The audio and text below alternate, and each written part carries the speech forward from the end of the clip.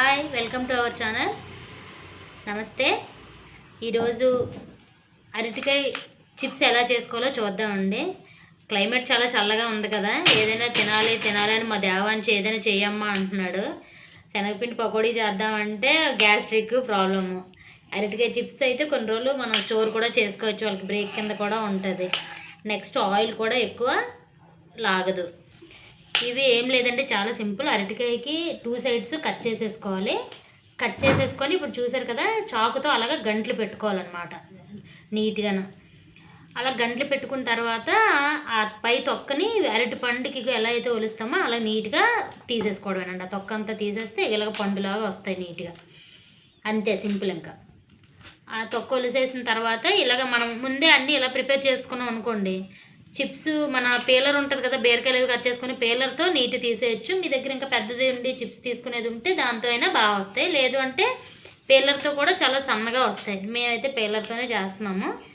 అంతకుముందు కూడా చేసామండి, చాలా బాగా వచ్చాయి. నెక్స్ట్ ఆయిల్ కూడా అస్సలు లాగవండి. పొటాటో చిప్స్ అయితే ఇంకా ఆయిల్ లాగుతాయని భయం, కానీ అరటికాయ చిప్స్ అసలు ఆయిల్ లాగవు, బాగుంటాయి కూడా. ఇగండి ఇందాకలా ఒలిచాం కదా తొక్కలో, ఇలాగ నీట్గానే ఆ ఒలిచిన ఒక పీలరు, ఆ పీలర్తో అలా తీసేయడమే. మా ఆంటీ తీస్తున్నారు, తర్వాత చూపిస్తానులేండి ఆంటీని ఎప్పుడైనా. ఇప్పుడు నైట్లో ఉన్నారని వద్దంటున్నారు. ఆంటీ వాళ్ళ ఇంటి దగ్గర చేస్తున్నాం సరదాగా, అది వీడియో పెడదామని పెడుతున్నాను. నాకు రాదు, నాకు యాక్చువల్గా ఆంటీ ఐడియా ఇది చిప్స్. ఓకే, అగండి అలా పీలర్తో తీసేస్తున్నారు. పీలర్తో తీసిన దాన్ని ఇంకా డీప్ ఫ్రై చేసేసుకోవడమే.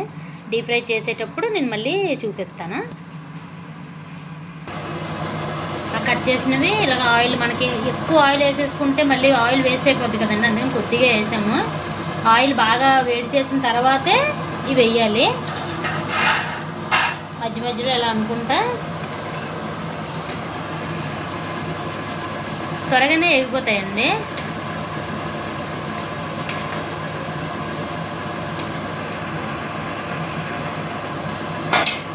అంతేనండి, అలా త్వరగానే ఎగిపోతాయి. దీనికి ఇంకా చిన్న టిప్ ఏంటంటే, ఇప్పుడు మనకి చిప్స్కి సాల్ట్ కావాలి కదండి. ఈ సాల్ట్ కోసం ముందుగానే ఇగో కొంచెం ఇలాంటి ఏదైనా కప్పులో కొద్దిగా పసుపు, కొంచెం వాటర్, ఒక ఫుల్ స్పూన్ నిండా సాల్ట్ కలిపేసి వాటర్ వేసి ఇలా కలిపేసి వదిలేసాము. కలిపేసి వదిలేసి ఇంక ఇది తీసేస్తున్నాము అనగా కొంచెం చేతితో తీసుకొని, ఆంటీ కొద్దిగా వేయండి ఇందులోనే,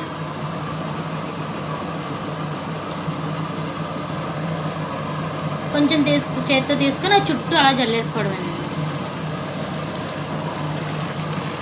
అలా చల్లేసుకుంటే కొంచెం మంచి కలర్ వస్తాయి. నెక్స్ట్ సాల్ట్ కూడా అట్లా పడుతుంది.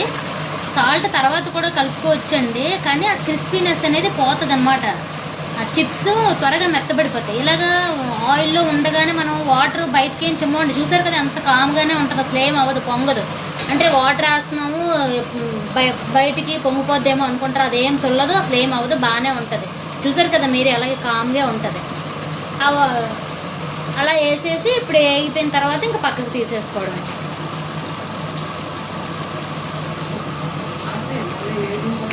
చిన్నగా తిప్పుతూ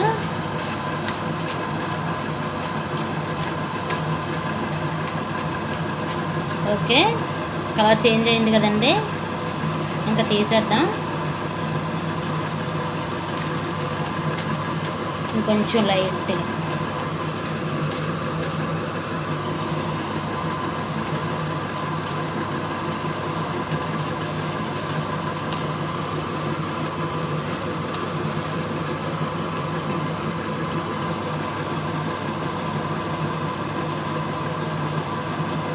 ఆయిల్ అంతదైపోయి ముందే ఒక ప్లేట్ రెడీ చేసుకొని దాని మీద టిష్యూ పేపర్లు వేసుకొని ఇవ్వండి పక్కకు పెట్టేశాను.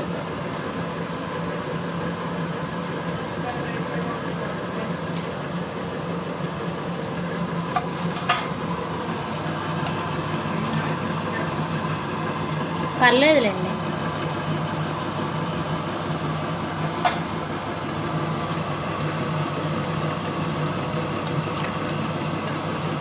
తీసేటప్పుడు లేట్ అయింది అనుకుంటే ఒకసారి మంట మళ్ళీ సిమ్లో పెట్టుకొని,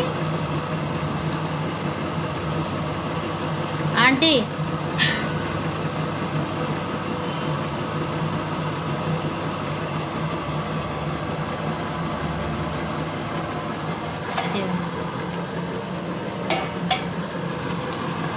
వేసేయండి. మళ్ళీ మంట ఫ్లేమ్ పెంచేసుకొని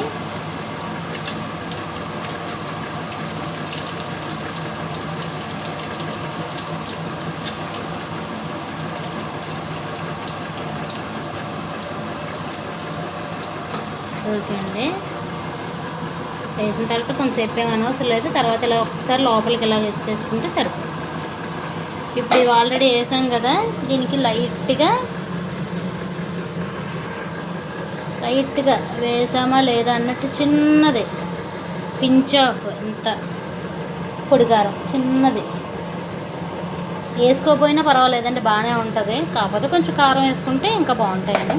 కారం అసలు అవసరం లేదు, చాలా టేస్టీగా ఉంటాయి.